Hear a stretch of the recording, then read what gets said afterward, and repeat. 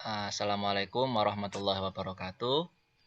Waalaikumsalam warahmatullahi wabarakatuh. Waalaikumsalam warahmatullahi Bismillahirrahmanirrahim. wabarakatuh. Alhamdulillahilladzi nawwara quluba awliyaihi bi anwaril wifaq wa rafa'a qadra asfiyaihi fil afaq wa tayyiba asrara alqasidina bi tibi sanaihi fid dini wafaq. Sholata wa salaman ala sayyidina Maulana Muhammad wa ala alihi wa ashabihil bararati sabaq. Qala Allah Ta'ala fi kitabihil karim qad aflaha man zakkaha wa qad khaba man dassaha. Amma ba'du. Alhamdulillahirabbil alamin. Kepada bapak-bapak semua yang insyaallah dimuliakan Allah, yang sangat kami hormati, yang sangat kami takzimi, kepada semua saja jamaah-jamaah dzikir nafas yang menyimak majelis virtual kita pada malam hari ini, baik secara online pada malam hari ini atau mungkin secara offline di siaran ulangnya berikutnya, yang sangat kami hormati. Alhamdulillahirabbil alamin. Pertama-tama marilah kita panjatkan puji syukur kehadirat Allah Subhanahu wa taala yang mana telah melimpahkan banyak sekali rahmat, banyak sekali nikmat, banyak sekali hal yang tidak dapat kita ungkapkan keluar biasaannya, yang atas karunia-Nya kita dapat berkumpul bermuajahah di majelis yang insya Allah penuh berkah sekalipun melalui media online.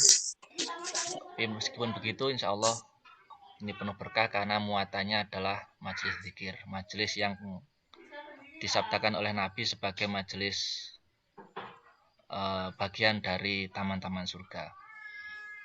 Kemudian sholawat dan salam marilah kita panjatkan kepada baginda Nabi Muhammad SAW, manusia yang dikasihi oleh Allah, yang dicinta oleh Allah, yang dalam suatu riwayat dikatakan sebagai salah satu sebab Allah menciptakan seluruh kejadian.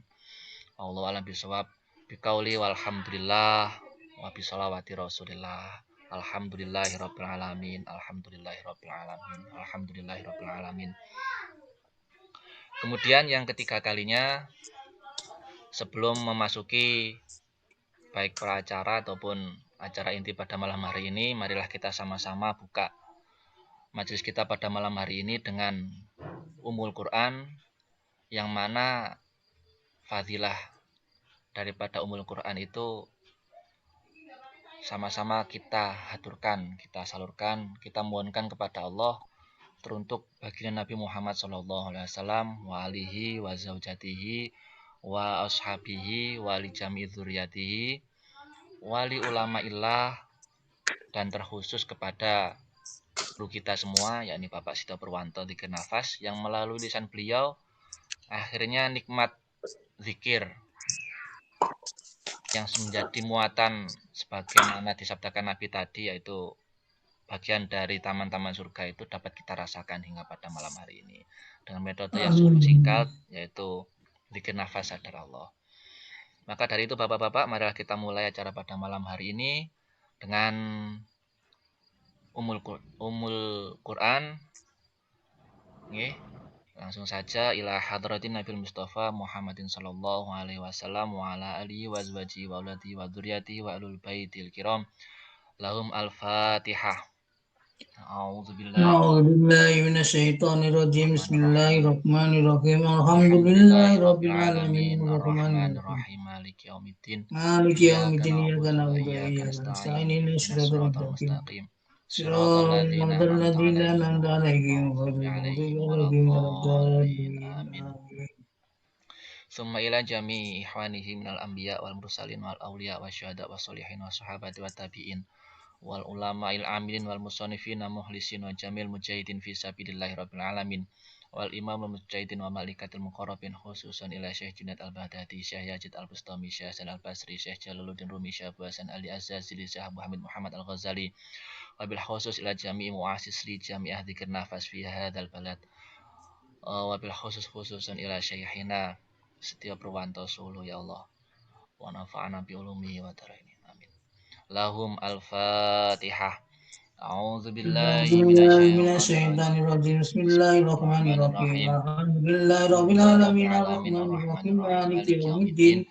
Iyyaka Iyyaka na'budu wa na'budu wa iyyaka iyyaka nasta'in. nasta'in. Ihdinas siratal mustaqim. Inna Siratal ladzina nabdana an'amta ghairil 'alaihim maghdubi ghairil maghdubi waladdallin. Amin. Summa ila jamil muslimin wal muslimat wal mu'minin wal mu'minat al ahya minhum wal amwat wa bil khusus ila aba'ana wa ummatina wa jaddatana wa jaddatina wa li jami'i dzurriyyatina wa bil khususan ila jami'i jam'iyah zikir nafas ya Allah. Zikir nafas ada Allah ya Allah. Hadal majlis. Lahum al-Fatihah. أعوذ بالله من الشيطان الرجيم بسم الله الرحمن الرحيم الحمد لله رب العالمين الرحمن الرحيم مالك يوم الدين إياك نعبد وإياك نستعين اهدنا الصراط المستقيم Shiratal ladzina an'amta 'alaihim ghairil maghdubi 'alaihim waladdallin. Amin. Wabil khususan alama nawaina sholih ya Allah. Lahum al-Fatihah. أعوذ بالله من الشيطان الرجيم بسم الله الرحمن الرحيم Alhamdulillahirabbil alamin arrahmanir rahim maliki يوم yaumiddin. الدين Iyyaka إياك na'budu wa نستعين اهدنا iyyaka الصراط nasta'in. المستقيم Ihdinas siratal mustaqim. صراط الذين أنعمت عليهم غير المغضوب Maghdubi عليهم 'alaihim ولا الضالين آمين. waladdallin. Amin. Alhamdulillahirabbil alamin. Sebagai pembuka saya kira sudah selesai. Kemudian untuk membuka acara pada malam hari ini sebelum Mbah Yayin menyampaikan apa yang menjadi titipan Allah, yang menjadi amanah Allah kepada beliau untuk disampaikan kepada kita semua, saya mohon izin untuk membuka sedikit saja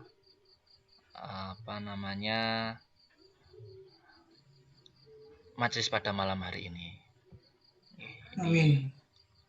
Jadi ketika Mbah Yayin menyampaikan kepada saya tentang tema pada malam hari ini, yaitu perbaikan diri untuk ala salikin, begitu ya kalau tanggapan saya. Nanti insya Allah beliau akan mengungkapkan lebih banyak.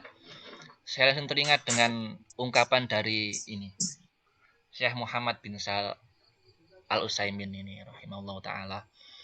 Beliau itu menuliskan di salah satu kitabnya Al-Fawaid, kalau kita pernah baca, yang intinya ini, barang siapa yang mengenal dirinya, niscaya ia akan sibuk memperbaiki diri dan tidak peduli dengan aib orang lain.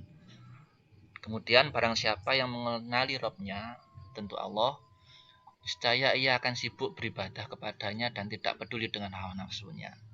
Ini mantep gitu panggilnya ini. Nah kok ya wallahu a'lam ya, kalau memang Allah berkehendak itu pasti membuat segala sesuatu saling terhubung.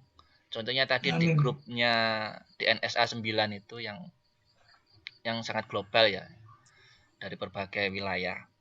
Itu ada sedikit obrolan juga yang nggak jauh dengan ini, yaitu tentang kembali ke dirinya sendiri.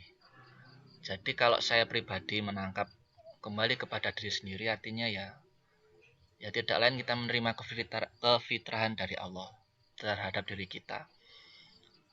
Akhirnya kita balik lagi adanya istilah-istilah tentang man arafa nafsa farokat arafa rabbah. Kemudian ada ungkapan-ungkapan, ada ayat Al-Quran tentang fadkur rabbaka binafsika, jadi tentang dirinya. Cuma diri yang mana? Ini yang kemudian sering menjadi pembahasan-pembahasan di berbagai majelis spiritual. Mau alam bisawab. Yang jelas kalau seseorang memang mengenal dirinya, tahu seluk-beluk dirinya, itu ini seperti yang disampaikan oleh Syekh Muhammad bin Shalih ini. Ya lebih condong dia akan lebih sibuk untuk memperbaiki dirinya. Salikin itu kan begitu. Sampai-sampai baginda Nabi itu dalam salah satu riwayat itu menyabdakan ya, hampir tiba suatu zaman di mana orang-orang beriman itu akan berlarian ke puncak-puncak gunung. Mereka lebih suka di puncak gunung untuk menyelamatkan keimanannya, untuk menyelamatkan gembalanya, untuk menyelamatkan dirinya. Nah itu ini kan salah satu bagian dari perbaikan diri. Jadi lebih ke arah ya memperbaiki aibnya. Jadi jangan sampai suatu ketika panggil dengan Allah, ketika dipanggil oleh Allah, itu terlalu banyak aibnya, terlalu banyak yang dihisab. Bicara soal hisab, kita jadi ingat omongan dawuhnya Sayyidina Umar itu. Beliau kalau mengingatkan, hisablah diri kalian sebelum kalian dihisab oleh Allah. Makanya Sayyidina Umar itu kalau menyontohkan hampir tiap malam belum menghisap dirinya sendiri. Ya Umar, apa yang sudah kamu lakukan selama hari ini? Berapa banyak orang yang kamu kecewakan, kan begitu kalau Sayyidina Umar. Nah, jadi perbaikan diri itu memang sangat luar biasa. Ya, siapa sih yang dari kita yang nggak katakanlah nggak kotor gitu ya? Siapa sih dari diri kita yang nggak berdosa? Siapa sih dari kita yang nggak luput? Nabi kita saja kalau beristighfar itu minimal 70 kali sehari. Nah, begitu. Itu beberapa waktu lalu sering kita ulas. Ya memang salikin itu ya nggak jauh-jauh amat dari itu. Utamanya ya memang itu, ya, hubungannya dia sama Robnya. Si salikin sama Robnya. Piye amri Gusti Allah nanti nggak bendu. Bagaimana caranya Allah? Pokoknya bagaimanalah agar Allah itu nggak sampai terlalu murka sama dirinya. Itu semua hal pasti dijalani. Wa alam bisawab. Kemudian hubungannya otomatis pasti dengan firman Allah yang ini. Yang saya baca di awal tadi, qad aflaha man zakkaha. Sungguh beruntung orang-orang yang menyucikan jiwa itu. Bukan perbaikan-perbaikan itu. Nah, ini kalau bicara tentang Allah ya, aflaha man zakkaha itu, penyucian jiwa itu akan sangat banyak sekali metode-metodenya, trik-triknya, cara-caranya. Hubungannya nanti jelas dengan sabdanya beliau ini, Muhammad Shallallahu Alaihi Wasallam. Ini setidaknya ciri-cirinya lah ya. Siapa yang hari ini lebih baik dari hari kemarin, maka dia termasuk orang yang beruntung. Ini salah satu ciri. Kalau memang orang itu melakukan perbaikan kepada dirinya, pasti dia akan ada peningkatan-peningkatan. Kalau dalam hal spiritual, Pak Pro itu sering ngendiko, nanti kadang spiritual itu pasti ada peningkatan. Di suatu titik nanti jangan lupa untuk ditandai di sana. Kalau suatu agar besoknya lagi atau dalam kesempatan berikutnya lagi, kalau menjalani hal spiritual yang serupa, langsung jujur ke sana untuk di-upgrade lagi, dan terus itu nggak ada selesainya. Sampai kapan? Ya sampai kita ke liang lahat. Namun terlepas dari itu semua, pasti ada hal-hal yang terkadang membuat kita downgrade, membuat kita jatuh lagi imannya, yaitu memang fitrah. Itu bagian dari fitrah. Ketidaksempurnaan manusia itu adalah justru bagian dari kesempurnaan ciptaannya Allah. Yang dikatakan sempurna dalam diri manusia yaitu, bagi saya nanti bisa kita sharingkan bareng-bareng, ketidaksempurnaan manusia adalah bagian dari kesempurnaan itu sendiri. Wallahu a'lam bishawab.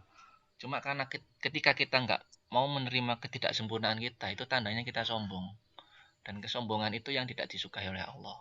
Wallahu a'lam bishawab. Semoga kita sering berada dalam perbaikan-perbaikan, dan semoga kita diposisikan sama Allah di tempat yang aflaha. Apa sih aflaha itu? Kalau kita lihat di dalam kamus besar bahasa Arab itu artinya ada sukses, beruntung, berhasil, bahagia. Ya, ini kan sebenarnya hampir tujuan banyak orang ya. Hampir semua orang menuju ke sana. Sukses di dunia juga oke. Terlebih kalau para salikin tujuannya pasti lebih jauh ke depan lagi, sukses di akhirat. Pencapaiannya adalah karya yang lebih baik. Nah, bagaimana ya?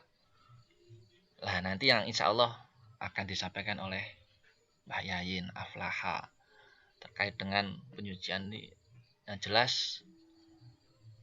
kita sebagai pejalan spiritual mau nggak mau ya lewat jalan ini qad aflaha. Zikir nafas kan memang arahnya ke sana, adanya ATP, TKT, secara sadar ataupun tidak kita kan diajak Pak Pur untuk ke arah perbaikan-perbaikan itu. Nah, ya memang di situ titik tumpunya ke semua arah awal dan akhirnya. Allah itu kan maha baik, tentunya Allah tidak akan menerima hal-hal yang tidak baik ya. Alam bisawab, ini sekiranya dapat saya sampaikan untuk sebagai pembuka saja, dan nanti seperti rencana kita di jam 8 nanti akan diisi oleh Mbah Yayin sebagai punca dawuh. Punca dawuh itu inti acara yang nantinya jam 9 insya Allah kita akan berzikir nafas bersama. Kita beri waktu sekitar 30 menit sampai 35 menit. 30 menit itu idealnya zikir nafas ya. Dari zaman dahulu sejak awal zikir nafas dicetuskan oleh Pak Pur, ya idealnya memang 30 menit. Kalau tidak bisa, minimal total sehari itu minimal 30 menit. Setidaknya seperti itu. Jadi dari saya mungkin sekian dulu yang bisa saya ungkapkan, bisa saya sampaikan sebagai pembuka. Selebihnya sampun jam 8 Mbah Yayin, kami mohon waktu dan tempat dipersilahkan kepada Mbah Yayin. Monggo Mbah Yayin.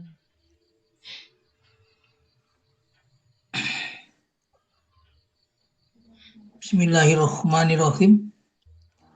Terima kasih Mas Doni. Suaranya bisa masuk Mas? Jelas Mbah? Oh jelas. Yeah. Assalamualaikum warahmatullahi wabarakatuh. Waalaikumsalam warahmatullahi wabarakatuh. Bismillahirrahmanirrahim. Untuk pembukaannya kita manut saja dengan pembukaan yang dititahkan Mas Doni. Semoga sholawat salam kunjungan dalam Gusti Kanjeng Nabi Muhammad Sallallahu Alaihi Wasallam. Allahumma sholli alaihi. Dan puji syukur dari Allah Subhanahu Wa Taala yang senantiasa memberikan kesempatan kita untuk selalu bisa berkomunikasi bersama walau lewat virtual. Ini ya, saya sangat berterima kasih bahwa meskipun kita bertateh-tateh waktunya bolong-bolong ya, pokoknya tidak kelewatan lah kita mengadakan kegiatan bersama, utamanya bagi kita yang selama ini medianya hanya satu-satunya. Mau sowan-sowan ke Jombang atau ke Surabaya, kok mana yes tua lewat virtual gini aja ya, mudah-mudahan bisa ada faedah dan gunanya. Kita mau kangen Mas Joni. Ya, saya hanya akan menyampaikan urutan-urutan yang sudah terlanjur saya buka kemarin, yaitu tentang suluk. Suluk sebagai perjalanan spiritual, kita bisa memahaminya bahwa itu adalah kesempatan yang diberikan oleh Allah untuk mengawali kita memasuki dunia spiritualis yang sangat kita dambakan. Suluk sebagai perjalanan spiritual kita ternyata pengertiannya begitu luas sekali. Ada yang seperti yang saya sampaikan kemarin, ada yang memberikan arti ia adalah sebuah perjalanan spiritual yang kita pilih untuk mulai mengenal Allah, menempuh jalan menuju sampai kepada wa inna ilaihi rajiun adalah perjalanan batin kita untuk menemukan dan menuju Allah. Kemarin saya bisa contohkan apa yang disampaikan oleh Maula dari India, bahwa perjalanan itu kita mulai dari perjalanan kita hidup menuju dengan sadar menuju kepada yang lebih tinggi, yaitu Allah Subhanahu wa Ta'ala. Kita mengenal Allah dengan segala metode yang kita dapati. Ini adalah perjalanan pertama ketika kita meninggalkan dunia ini untuk menuju Allah Subhanahu wa Ta'ala. Perjalanan kedua kita setelah mengenal Allah melalui doktrin tauhid dan suluk tarekat hakikat, kita mengenal Allah. Di sini adalah perjalanan kita bersama Allah dan kesadaran Allah. Dilanjutkan perjalanan dari Allah kembali ke dunia. Kita ternyata mengemban amanah-amanah yang harus kita perjuangkan untuk bisa saling mengingatkan sesama manusia agar bisa kembali ke jalan Allah. Dan selanjutnya keempat adalah kita membangun peradaban yang sadar Allah, dakwah kembali ke Allah.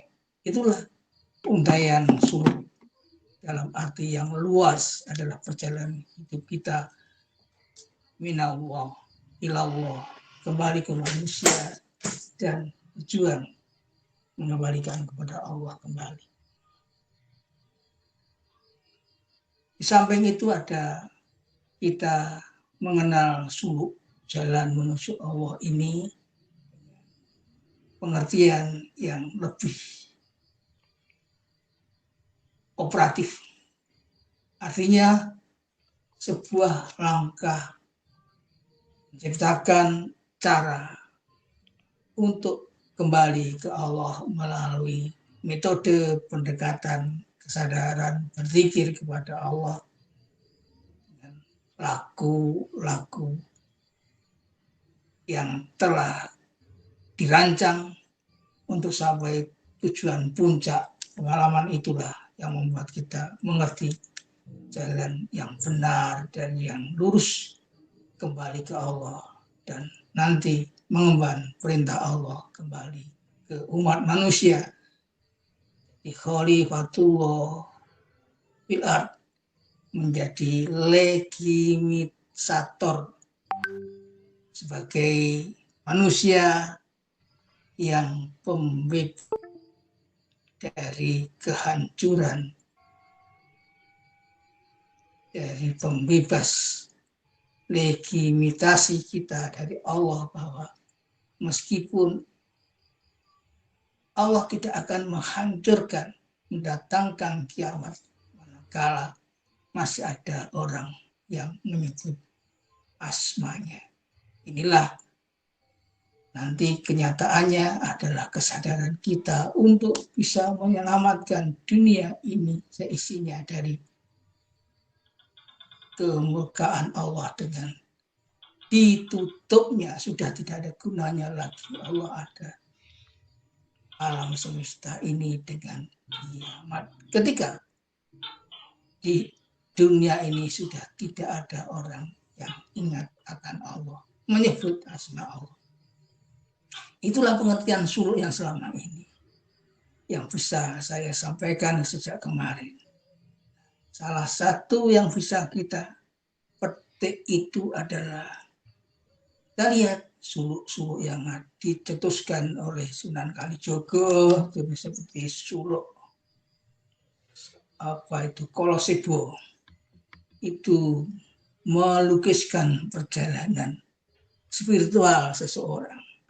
dari mulai mengenal siapa dirinya dalam keramaian dunia ini dengan berjuang dengan godaan-godaan setan dan yang lainnya untuk mencari Allahnya, akhirnya ia menyerahkan diri kepada Allah yang kemudian Allah memanggilnya kepada makom tujuan yang disempurnakan oleh Allah. Dengan insan kamil, di sanalah kebahagiaan sejati itu ada. Itu seperti yang terlukis dalam suluk Kolosibu. Dan juga banyak suluk-suluk yang lain. Yang pada intinya adalah sebuah cara, metode untuk mengembalikan kesadaran kita untuk bisa mengadakan perjalanan kepada Allah melalui cara-cara zikir dan disiplin-disiplin yang lainnya. Yang artinya pada umumnya puncak pencapaian itu seperti yang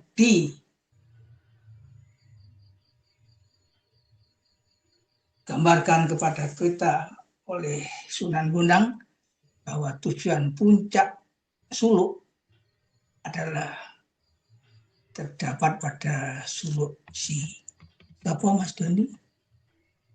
Suluk si Jebeng, ya, si Jebeng. Jebeng itu adalah nama apa itu panggilan bagi orang yang mencari jalan untuk mencapai kesempurnaan. Nah, di sana pencapaian itu adalah sesuatu yang indah yang tidak bisa terlukiskan.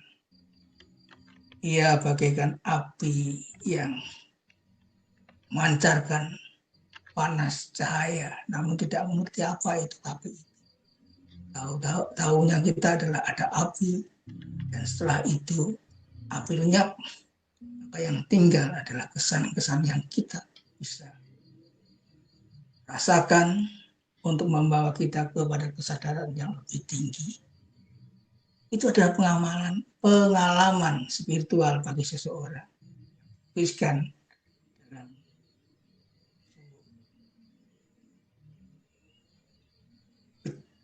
Bejeng ini yang dikeluarkan oleh Sunan Bonang dan juga suluk-suluk yang lain. Pada hakikatnya adalah sebuah sering kita temui suluk-suluk yang ada di tengah-tengah kita adalah disiplin zikir. Zikir itu ada dua macamnya. Ada zikir yang mukoyat. Mukoyat itu yang terdisiplin, tata caranya, metodenya, urutannya, untuk sampai pada tamat tujuan pengalaman yang didapatnya. Itu yang mukoyat.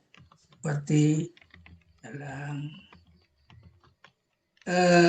disiplin-disiplin toreko, Bandi, toreko, asidikiyah, dan lain sebagainya yang diterapkan oleh para salib.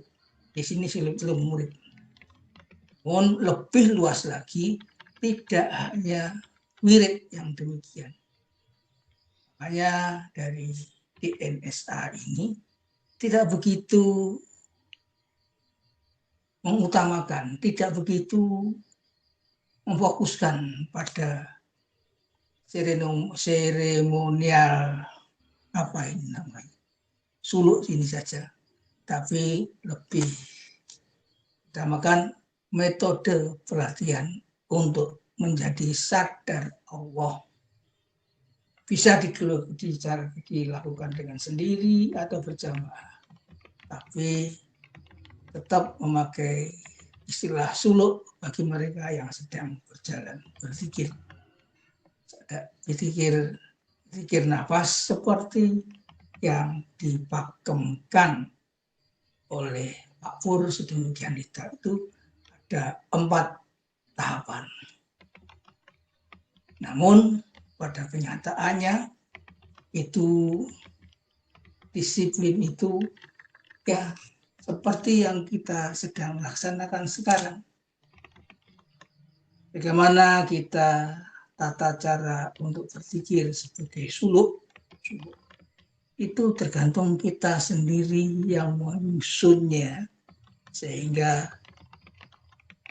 akan membimbing kita menemukan jalan mencapai tujuan final goal dari zikir itu sendiri, yaitu sadar Allah. Itu perjalanan pertama.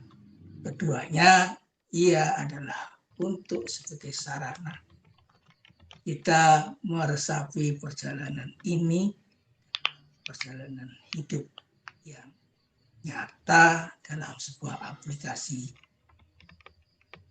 3T, ATP, dan bagaimana aplikasinya dalam kehidupan sebagai gaya hidup seorang yang sadar Allah dengan DNSA. Itu secara garis besarnya bagaimana. Apa itu? Memulai untuk menempuh jalan sadar Allah melalui zikir nafas ini. Istilah yang diberikan Pak Pur pada kita, di pengamal-pengamal baik yang pemula maupun sudah lama, pakemnya jelas itu, yaitu melalui yang namanya suluk DNSA. Mulai menghidupkan sadar Allah yang setelah sadar Allah kita ejawantahkan dalam sebuah karakter sadar Allah yang disimpulkan dalam 3T, tasbih, tahmid, dan takbir, sebagai sikap karakter awal bagi seorang pejalan menuju Allah dan aplikasinya dalam kehidupan melalui ATP, amanat, tanda, dan perintah dalam melaksanakan kehidupan sehari-hari dengan sadar Allah sebagai tumpuan spiritual. Itulah yang disebut, yang kita kenal nantinya sebagai gaya hidup kita sebagai pengamal DNSA. Itu angan-angan saya, karena terserah panjenengan semua bagaimana ini. Bahwa DNSA ini bermuatan bagaimana kita bisa menjalani hidup kita dengan gaya hidup yang mempunyai keyakinan sadar Allah dengan berzikir nafas dan mempunyai karakter tasbih, tahmid, dan takbir, mempunyai etos kerja ATP. Itulah totalitas gaya hidup DNSA yang kita bangun sama-sama ini.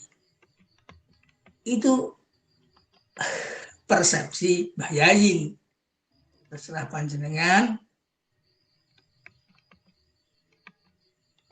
bagaimana mengembangkan muatan-muatan itu dalam kehidupan kita sehari-hari.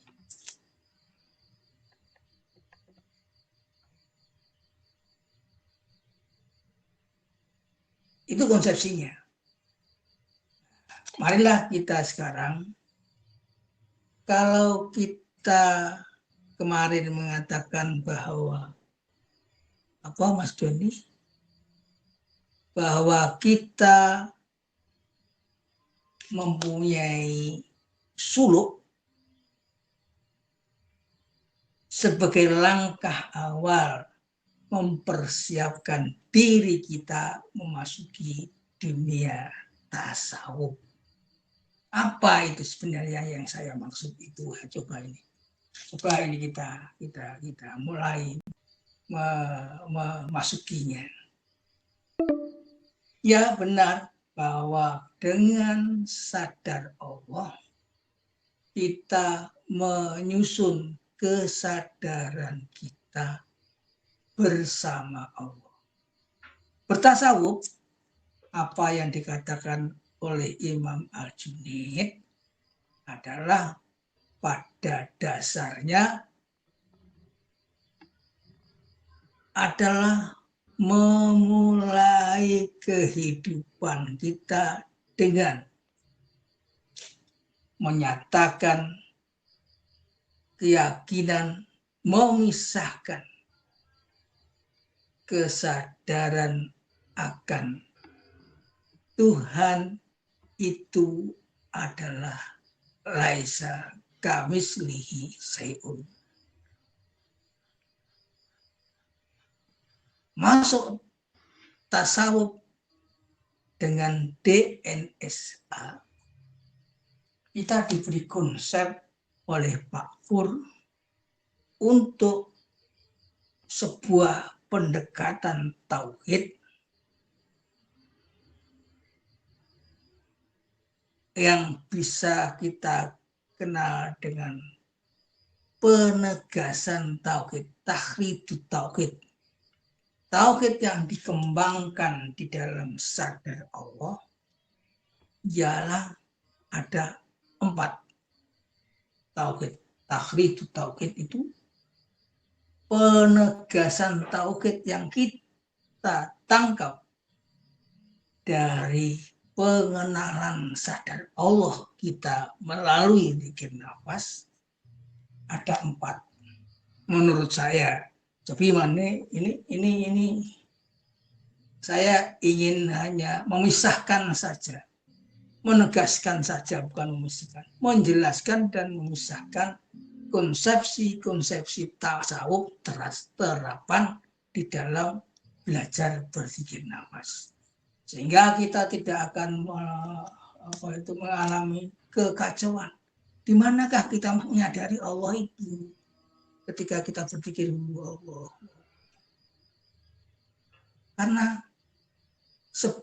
Karena belum banyak sangunya, belum banyak bekalnya, kita langsung untuk uji coba kesadaran di dalam berzikir. Dengan harapan dengan berzikir itu membawa kita kepada konsepsi tauhid yang benar.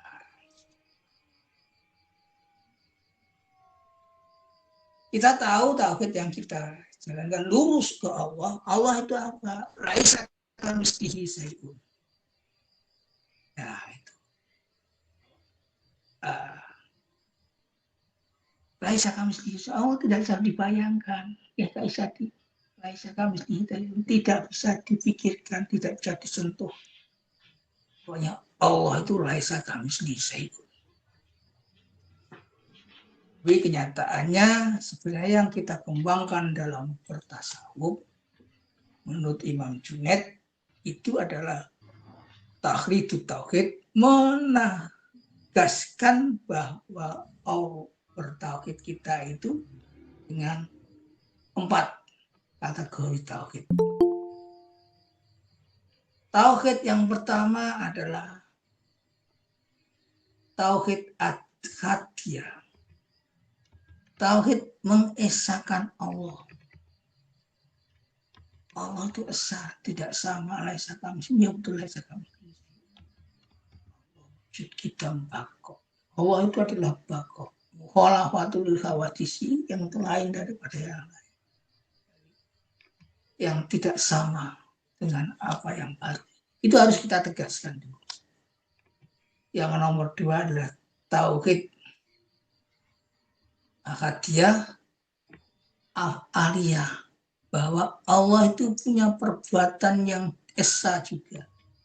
Allah itu ma'iyah, Allah itu bersama kita, lebih dekat daripada orang lain. Dan Allah itu meliputi segalanya.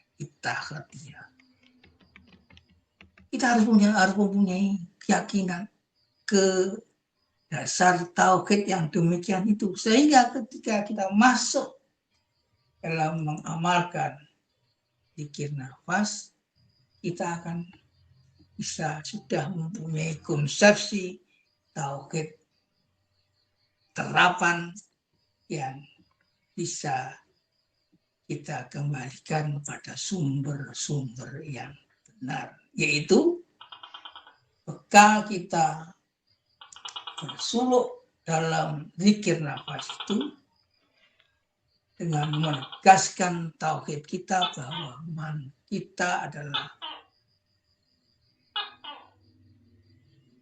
Allah dan kita adalah manusia yang fana, Allah yang baqi. Dengan 4 macam tauhid. Pertama, tauhid yang ahadiyah, kul huwallahu ahad. Kedua, tauhidnya af'al Allah yang tidak berputra dan tidak diperbudakan, mempunyai kodrat, irodat dan sebagainya, mempunyai kehendak Allah. Yang ketiga, ya Allah meliputi kita semua ini. Yaitu Allah lebih dekat daripada orang. Ya, kesadarannya harus berkonsepsi tauhid yang terakhir adalah Allah yang bermanifestasi, yang ejawanta. Kita adalah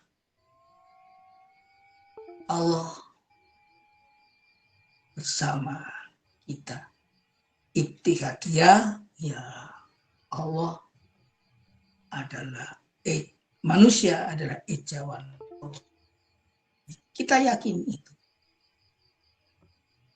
Ya, ada 4 tauhid yang harus dipegang bagi seorang salik yang sedang melakukan suluk secara harfiah maupun suluk secara ya amalia.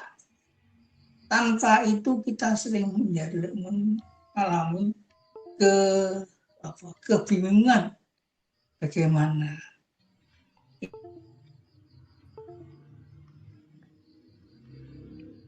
tetap pertanyaan kan. Itulah dengan penegasan tauhid itu sebagai dasar pijakan kita agar tidak tersesat. Kita itu Allah lurus yang mempunyai 4.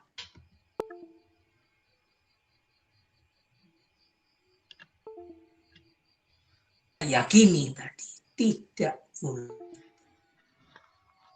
Allah punya kehendak. Allah adalah esa. Allah adalah bersama kita. Kita adalah Allah di dalamnya. Itu tentang tauhidnya. Sehingga kita punya roadmap, apa itu namanya, jalan peta yang harus kita lalui. Ini menyimpang atau tidak. Menyimpangnya dalam bentuk apa ya? Keyakinan kita harus lurus kepada Allah. Itu suluk yang pertama. Kalau sudah mengenal demikian ini, tentang tujuan puncak pada suluk yang kita lakukan, pengalaman itu masing-masing pribadi lain dengan yang lain. Bagaimana puncak pencapaian suluk yang kita peroleh masing-masing orang tidak sama, tidak bisa diceritakan seperti dinyatakan dalam suluknya Ki Sunan Bonang, dalam suluk si Jebeng itu panggilan bagi seorang pemuda yang setengah tua masuk dunia spiritual. Itu puncak pencerahannya sesuai dengan upaya yang mereka lakukan.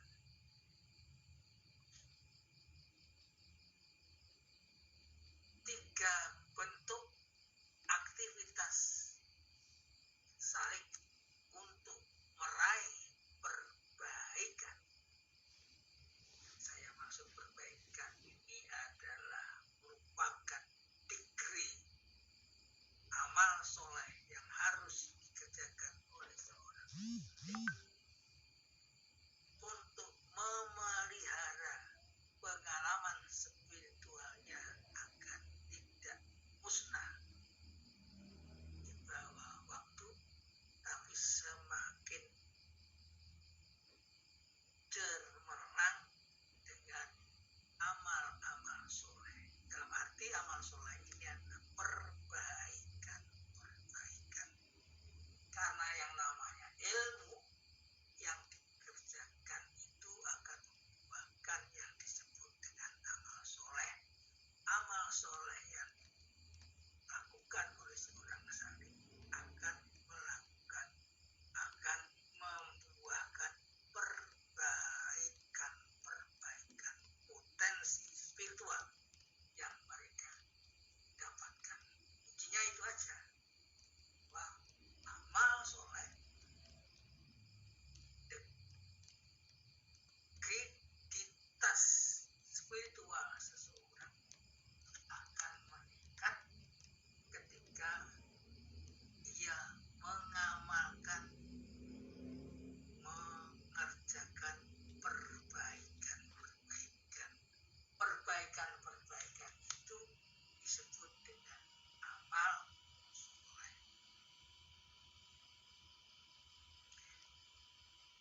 Kiai soleh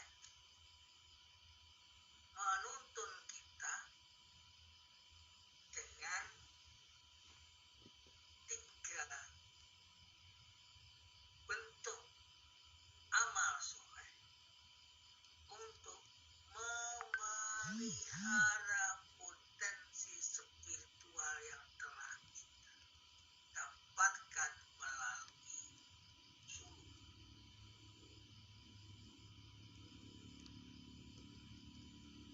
Hingga kita dengan mudah akan mengikuti perkembangan jiwa kita, mencermangkan pencerahan yang kita dapatkan dari praktek diri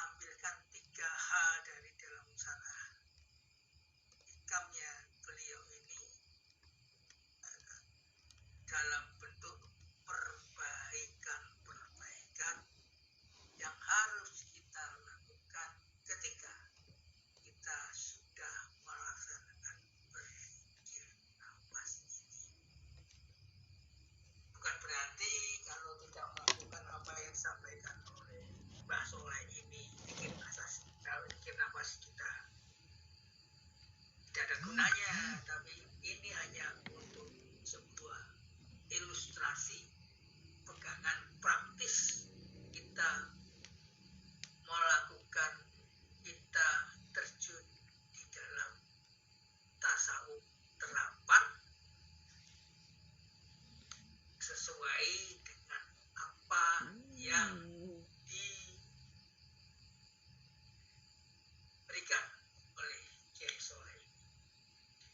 Bentuk-bentuk perbaikan yang disarankan oleh Mbah Soleh ini ada 3. Masing-masing itemnya, yang pertama ini ada 4 item, yang kedua ini ada 3 item 7, terus yang terakhir ada 3 item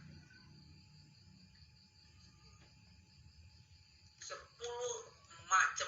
Ini kakek pun aku ya paling berapa sih? 10 macam keterampilan yang bisa panjenengan lakukan untuk mengupgrade potensi kesadaran kita, sadar Allah itu, untuk mencapai tujuan puncak berspiritual. Pertama ialah namanya riyadhah.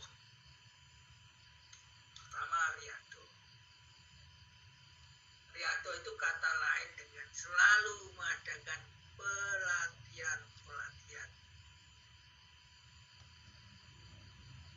dasar, selalu mengadakan aktivitas untuk meraih potensi kebajikan agar dapat mampu meroleh perbaikan dalam meraih tujuan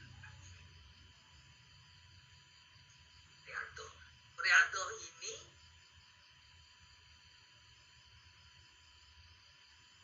dikerjakan melalui laku, bukan melalui zikir. Zikirnya sudah jelas. Sekarang lakunya Riyadhah itu pelatihan. Ya, Riyadhah itu tirakat, bahasa Jawa ini tirakat itu apa? Tirakat takun saya meninggalkan sesuatu yang boleh tidak dipikirkan. Riyadhah menurut Kiai ini ada 4 macam kegiatan. Pertama, kaki sirogo satrio arane. Sampean itu wahai semurid saya, Anda benar adalah jago satria semua. Makanya nomor 1, hendaknya kamu tuh cegah dahar lawan kuning. Riyadhahnya itu. Yang 1 ialah cegah dahar, cegah kuning. Yo sing poso dari poso kuning itu tuh. Akeh melek wengi karo itu Riyadhah. Banyak ulama-ulama jalan cukup seperti Kiai Wasito ketika jadi murid yang Yayasan Barasi Yun itu, dia suruhnya kalau wiridan tapi kalau di pulang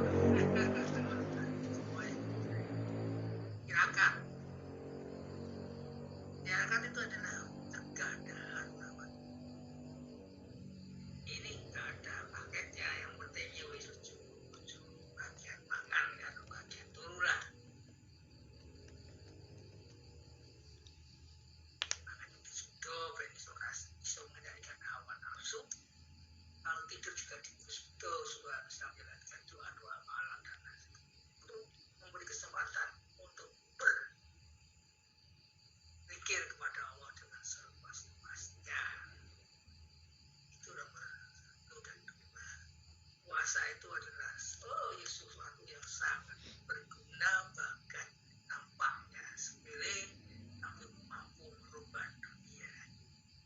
pengertiannya siapa itu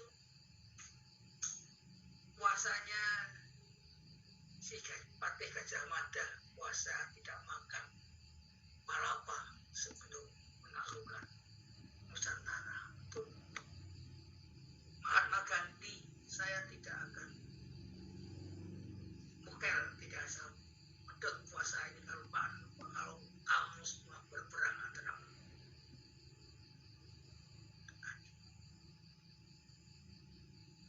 kekuatan puasa sedemikian rupa, maka kita telah puasa agar kita tajam. Yang ketiga, puasa dan yang ketiga adalah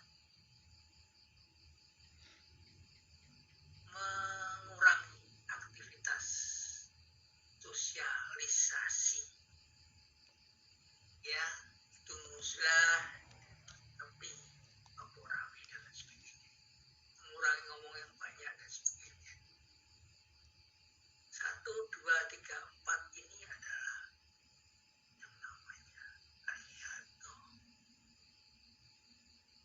Yang kedua, yang namanya berlaku warok. Berlaku warok itu kehati-hatian, sebuah manifestasi dari takwa.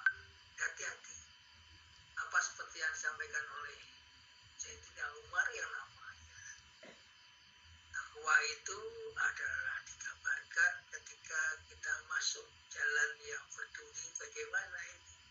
Kita hati-hati, kita sisihkan, kita tahan agar kita selamat. Itu namanya kitab salahnya Kiai Solehin, namanya warok. Warok adalah kehati-hatian, ya. Kehati-hatian untuk terjerumus kepada hal yang negatif dan juga sebaliknya. Hati-hati. Nah, ini semuanya keempat ini adalah adab bagaimana Allah mencetak akhlak baginda Rasulullah Shallallahu Alaihi Wasallam seperti dinyatakan oleh seorang kontemporer Islam kontemporer dari Irak yang namanya Ali Surati, bahwa baginda Rasulullah itu secara khusus memang dijaga oleh Allah Subhanahu wa Ta'ala agar dia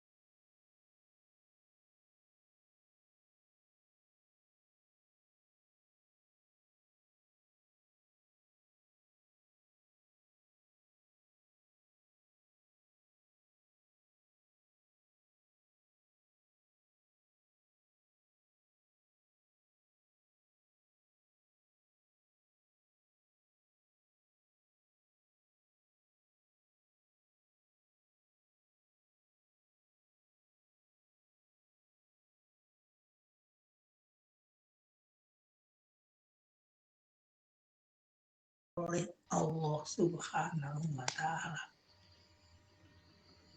agar dia terpelihara terjerumus kepada hal-hal yang menjauhkan dari hal-hal, terjaga dari hal-hal yang menjerumuskan ke dalam kemaksiatan. Pertama, waktu kecil beliau bagaimana akhlaknya dibina. Beliau dijauhkan dari penguasaan bapaknya. Masih kecil sudah diyatimkan agar tidak terkontaminasi dengan kekuasaan gaya seorang ideal ayah kepada anaknya bangsa Arab. Gambaran seorang ayah terhadap kedudukan anaknya tidak ada hubungannya sama sekali. Allah membina Nabi Muhammad sejak kecilnya itu dari kontaminasi, dari campur tangan manusia. Allah sendiri yang mendidik akhlak beliau. Demikian dengan ibunya, demikian dengan masyarakat. Muhammad disingkirkan dari keramaian kota sebagai pengembala. Jadi Allah sendiri yang mendidik. Bagaimana beliau diselamatkan dari pergaulan pemuda-pemuda Arab ketika itu. Kalau sampai-sampai ada hadis yang mengatakan bahwa sampai-sampai baginda Rasulullah itu ketika diajak main-main teman-teman sebayanya untuk malam mingguan, waraknya Nabi Muhammad ruah sih menunggu aku tak turu wae sih arep angon. Seperti itu penjagaan Allah.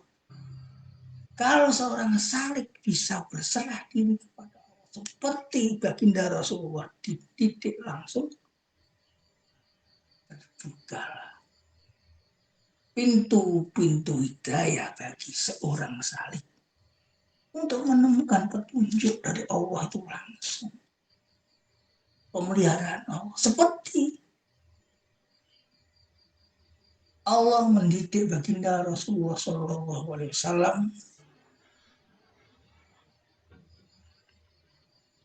remajanya sampai senangnya beliau muslat di tempat-tempat sepi dari pengaruh kebejatan akhlak dunia saat itu. Beliau dijauhkan dari itu. Itu campur tangan Allah. Maka ketika seorang salik menyerahkan dirinya all out kepada Allah, Allah sendiri yang mengukir. Jangan dikira bahwa persoalan apapun yang dihadapi seorang salik itu di hati kita sudah punya batasan-batasan. Ini baik, ini tidak baik. Sehingga mesti itu petunjuk Allah. Hanya saja nafsu kita yang mengajak yang lain. Allah berfirman dalam sebuah ayat Balad keberapa itu 11 atau gimana. Allah menunjukinya kepada kita. Dua jalan terjal yang tinggal sedang dipilih mana yang kamu. Tapi di dalam hati kamu, hati kecil kamu sudah memiliki jalan yang terbaik itu. Ini sok-sok aja saya tidak ada. Kenapa? Karena pegangan kita kepada Allah.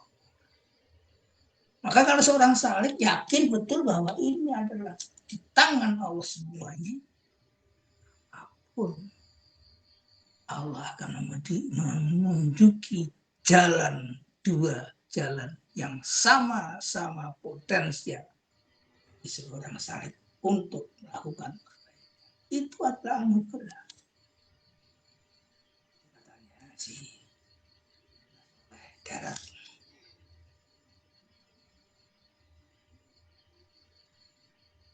Yang namanya ini yang namanya apa itu tadi, wara ini ada 2, 3. Wara yang adil, wara koye semuanya si jelas, tinggal kalau enggak, kalau yang gitu tinggalkan. Ya, ada 3.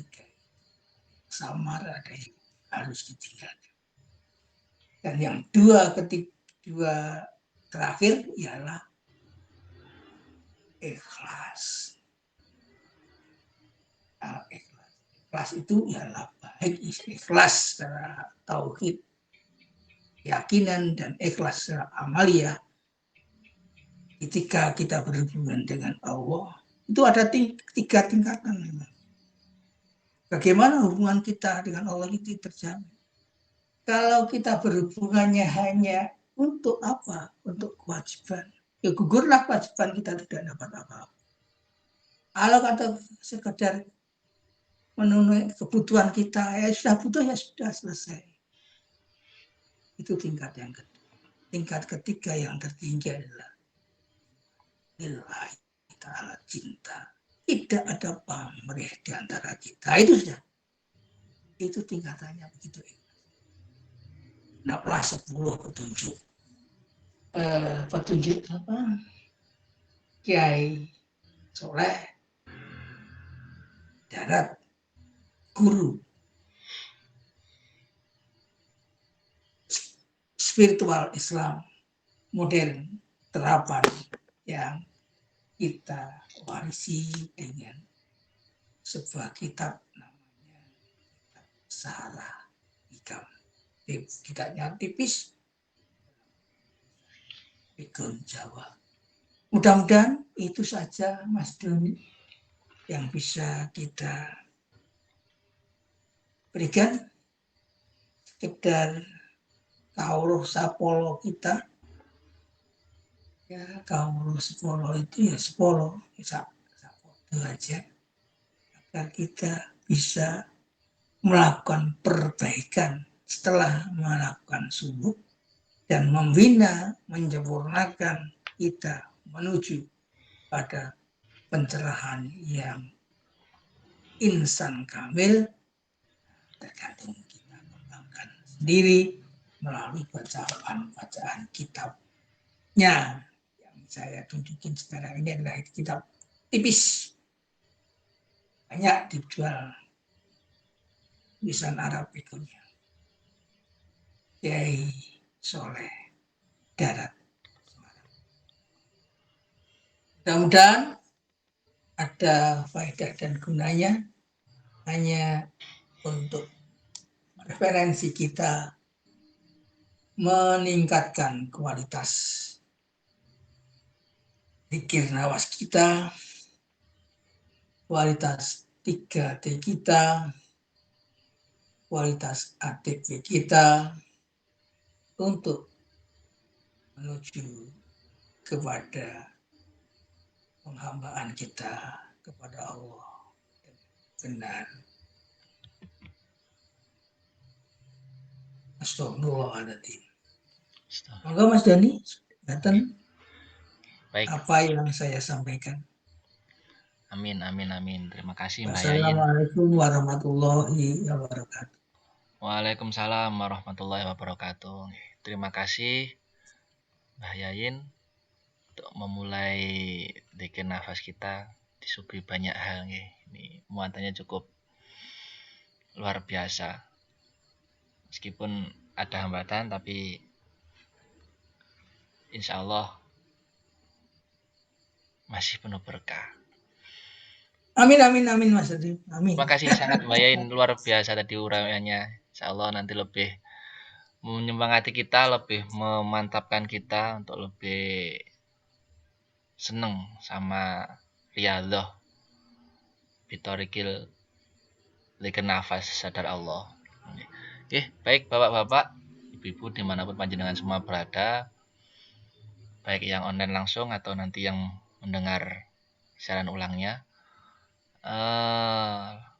Sudah jam 9 tepat, kita zikir nafas bareng-bareng. Untuk imam mungkin Pripun, Mbah? Untuk Jenengan memiliki nafas panjenengan? mawon Mas. Oh, Pun. ngaten. Nggih. Ya pun. Untuk memiliki nafas insya Allah saya sendiri, yang lain tinggal menyesuaikan saja. Hanya untuk merefresh saja, perlu saya ulang. Untuk merefresh saja bahwasanya zikir nafas itu ada 4, hanya saja yang terakhir ini yang keempat itu sangat sirri. Jadi sementara kita alihkan dulu, kita sesuaikan dulu, biarlah tetap di dalam sirinya. Yang sangat teknikal itu ada di 1 sampai 3. Ada tahap 1 sampai 3. Tahap 1 yaitu kita hanya mengamati nafas. Ini sangat meditatif sekali. Ini sangat rileks sekali. Jadi untuk relaksasi, untuk mencapai pada kesadaran yang insya Allah kesadaran yang murni itu, ya tahap awal adalah memang relaksasi, lebih santai saja. Kita lebih ngalir saja. Mengamati nafas bukan mengatur nafas. Di tahap 2 nanti adalah membarengi nafas itu dengan lafal hu dan Allah. Kenapa kok Allah? Ya kita tabarukan dengan firman-Nya Allah sendiri. Kita menjalani firman-Nya Allah di Quran surat Al-Ikhlas ayat 1. Qul huwallah. Itu kita pakai hu Allah, hu Allah. Ketika hu bersamaan dengan nafas masuk dan ketika nafas keluar bersamaan dengan lafaz Allah. Hu Allah. Hanya mengikuti nafasnya saja. Terus kemudian di tahap ketiga itu adalah kita belajar untuk ini merambah, merokobah. Kita mendekat ke Allah. Ketika hu bersama dengan nafas masuk, kita menyadari Allah yang sangat dekat. Kita lebih mendekatkan diri, lebih menyadarkan diri kita bahwasanya Allah itu lebih dekat dari urat leher kita sendiri, sangat dekat. Ketika nafasnya keluar bersamaan dengan lafaz Allah, Allah gitu ya. Kita pasrahkan diri kita. Diri yang mana ya? Pokoknya diri kita lah. Kita pasrah ke Allah. Allah. Sederhana saja. Jadi sebisa mungkin kita tepis, kita hindari pemikiran-pemikiran yang sering merumitkan diri kita sendiri. Kita tabarukan dengan sabdanya Nabi bahwasanya para penghuni surga itu adalah mereka yang berpikir sederhana. Sederhana. Nah kita tujuannya ke surga ngapain ya? Untuk muwajahah dengan Allah. Karena dawahnya Allah dalam Al-Quran itu, janjinya Allah itu di surga Allah akan membuka hijabnya. Surga yang mana? Wallahu a'lam. Yang jelas kita tujuannya ke Allah bi wasilatil surga lah jannah ya. Kenapa wasilah? Yaitu firman Allah juga, diutus oleh Allah juga bahwasanya carilah wasilah untuk sampai pada Allah. Nah, gitu. Awalan besok dari wasilah zikir nafas kita ambil saripatinya sabda Nabi tadi bahwasanya untuk mencapai surga agar bermuwajahah dengan Allah adalah dengan berpikir sederhana. Sederhana saja, ada berpikir nafas masuk hu, nafas keluar Allah, nafas masuk kita menyadari Allah yang sangat dekat, yang maha dekat, yang lebih dekat. Ketika nafas keluar kita pasrahkan kepada Allah yang maha menerima, Allah yang maha mensyukuri, Allah yang maha rahmat, yang maha luar biasa. Kita pasrahkan saja diri kita tanpa bertanya banyak-banyak hal terhadap di dalam diri kita sendiri. Wallahu a'lam bishawab. Baik, Bapak Ibu yang dirahmati Allah, marilah kita tata tempat duduk kita senyaman mungkin, sesantai mungkin, serileks mungkin. Ya. Kalau memungkinkan untuk posisi tulang punggung tegap itu sangat dianjurkan oleh Pak Pur, juga sangat kami anjurkan juga. Salah satunya adalah kita tabarukan dengan duduknya Rasulullah. Rasulullah itu orangnya duduknya tegap. Terbukti satu hadis menyatakan Rasulullah itu mesti yang paling tegak di antara orang-orang yang lain, mesti paling ketok dewi gitu. Nih, kita posisikan duduknya kita yang rileks, yang tenang, yang santai, yang nyaman, enak-enak ke. Baik, Untuk memulai Bapak Ibu, kita buka dengan syahadat, kita buka dengan sholawat, kita buka dengan doa, mohon agar Allah melimpahi az-zikr, agar Allah membimbing kita untuk sadar Allah. Karena prosesi sadar Allah itu sendiri adalah bagian nikmat dari Allah. Maka para ulama itu menyatakan araftu rabbi bi rabbi. Aku kenal Tuhanku ya karena Tuhanku, aku kenal Rabbku ya karena Rabbku. Maka dari itu kita taruh diri kita keseluruhannya saja. Kita bersyahadat, kita bersolawat, kemudian kita mohon kepada Allah. A'udzubillahi minasyaitonirrajim. Bismillahirrahmanirrahim. Asyhadu an la ilaha illallah wa asyhadu anna Muhammadar Rasulullah. Asyhadu an la ilaha illallah wa asyhadu anna Muhammadar Rasulullah. Allahumma sholli ala sayyidina Muhammad wa ala ali sayyidina Muhammad. Allahumma a'inna ala dzikrika wa syukrika wa husni ibadatika ya karim ya rahman ya rahim ya hadi.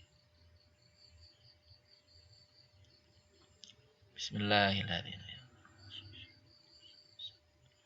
Bismillahirrahmanirrahim. Kita posisikan diri kita senyaman mungkin. Kemudian kita ikuti nafas yang masuk dan keluar. Mata dipejamkan saja biar lebih rileks.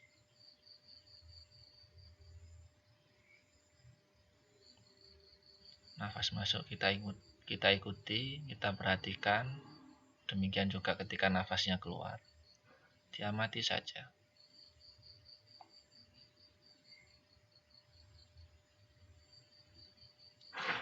Kita rasakan masuknya nafas sedetail ini. Kita rasakan dengan seksama, kita amati dengan seksama nafas yang masuk ini. Pun ketika keluar, kita amati dan rasakan dengan seksama.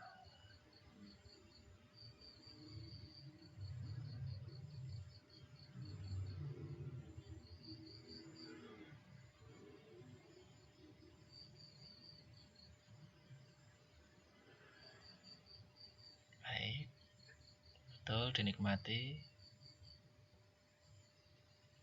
senyaman mungkin, serileks mungkin, sesantai mungkin. Hanya mengamati nafas dulu.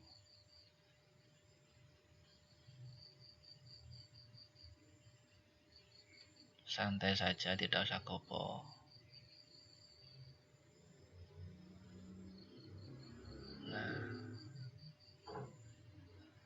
Semakin kita pasrah mengikuti nafas, yang mana itu adalah kehendak murni dari Allah.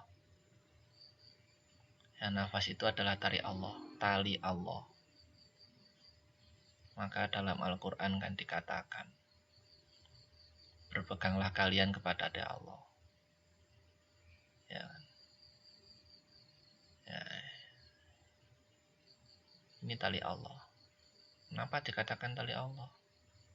Ya karena dalam proses penciptaan Sayyidina Adam itu Allah menyatakan wa nafakhtu fihi mir ruhi. Ya ini bagian dari ruhnya Allah. Maka kita ikuti. Ya, kita ikuti nafas itu. Terutama yang menggerakkan nafas. Nah, kita ikuti betul.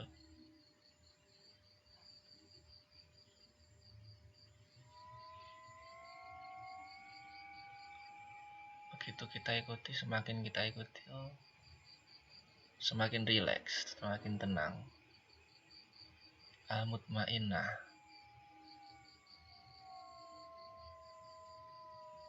Semakin nyaman. Nah, Di titik nyaman itu, Bapak Ibu, kita sebut asma Allah, kita panggil asma Allah. Kita panggil Allah, sang punya nama dengan namanya yang agung. Allah.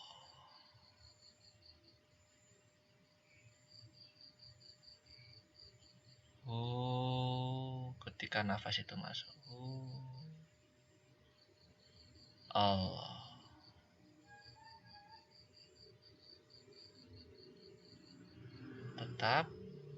Tetap berserah diri, dengan tetap berpasrah, dengan tetap mengikuti nafas, hanya mengikuti.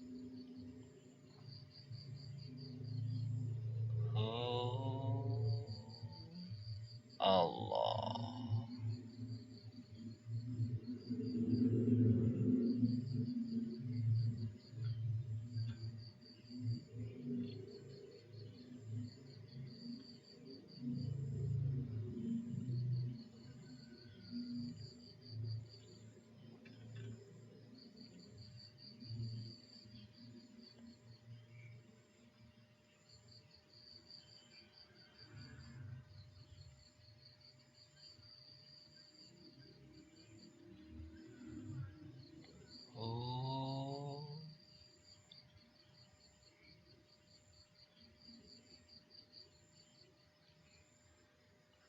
Kita panggil asma Allah.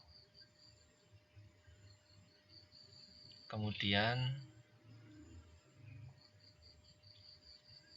kita berlanjut ke langkah yang ketiga. Ketika nafas ini dibarengi lafadz hu, kita mendekat ke Allah. Kita mendekat ke Allah.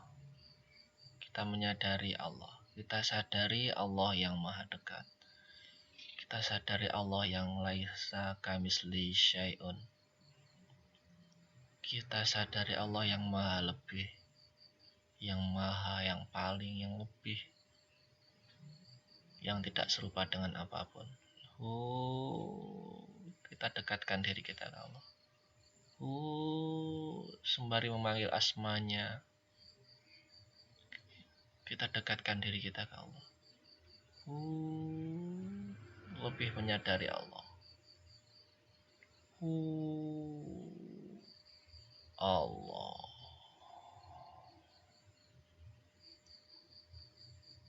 Begitu melafalkan kata Allah, kita serahkan total diri kita, pikiran kita, pori-pori kita, sel-sel kita, tangan kita, tubuh kita, semuanya. Kita mendekat ke Allah. Kemudian Allah, kita serahkan totalitas diri kita. Kita pasrahkan total diri kita kepada Allah yang maha luas, kepada Allah yang maha meliputi, kepada Allah yang maha segalanya. Allah.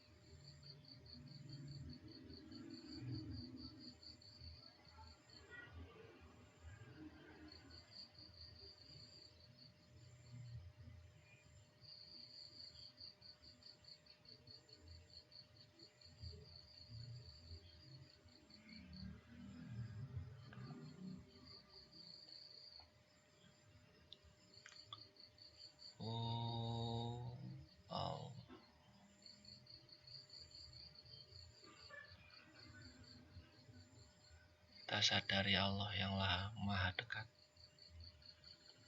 Lebih sadari Allah lagi yang maha meliputi.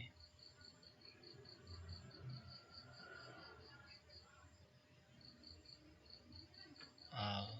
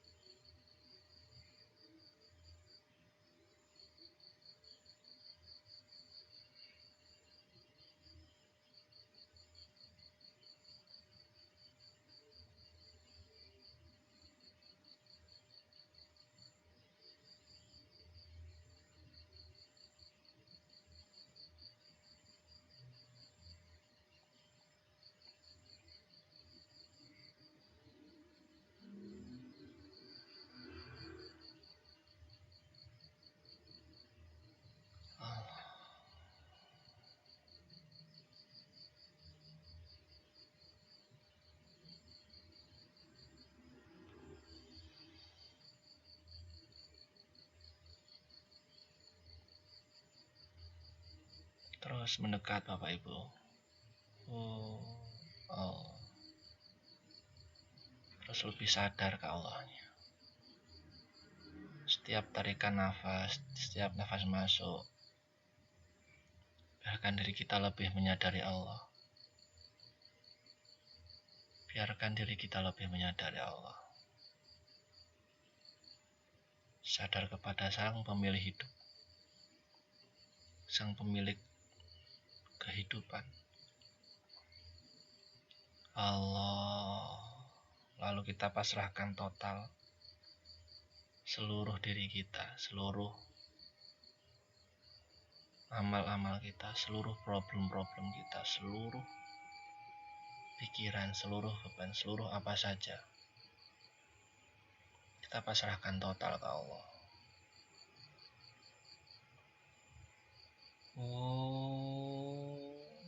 Allah.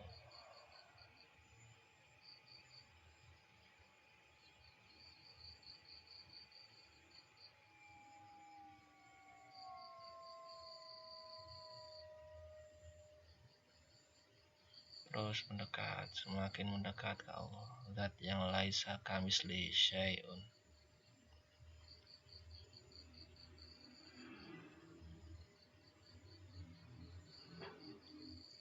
Mendekat saja, pokoknya mendekat ke Allah. Pokoknya mendekat, lebih dekat, lebih menyadari kedekatan dengan Allah. Zat yang maha dekat. Nah, zat yang lebih dekat. Nah, kita sadari. Allah. Allah.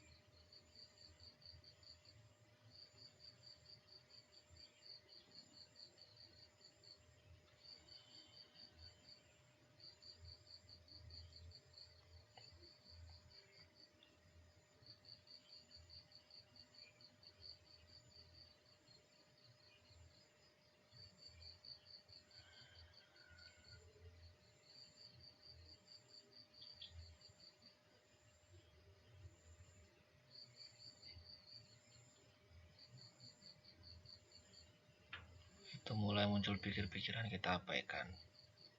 Semuanya kita abaikan. Tujuan kita hanya Allah.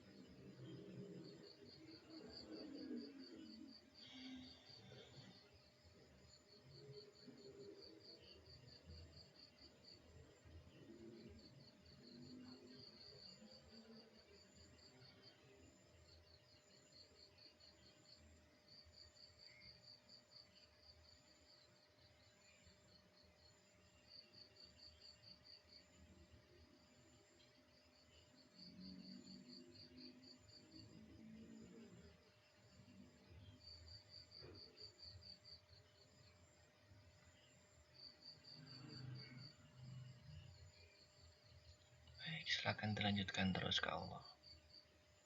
Hanya Anda dan Allah. Hanya kita dan Allah. Hanya Allah. Terus ke Allah. Tulus ke Allah.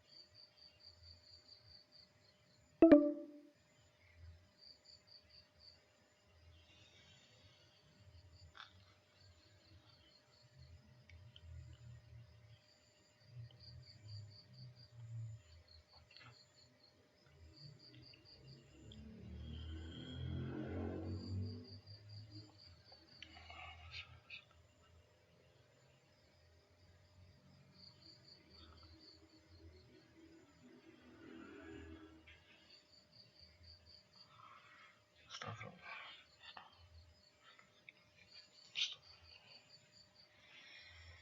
Baik, Bapak Ibu.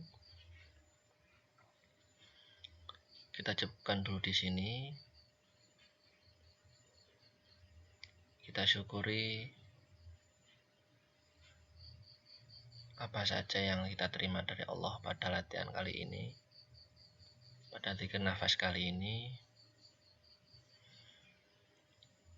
Qauli alhamdulillahirabbil alamin. Alhamdulillahirabbil alamin. Alhamdulillahirabbil alamin. Allahumma shalli ala sayyidina. Alhamdulillahirabbil.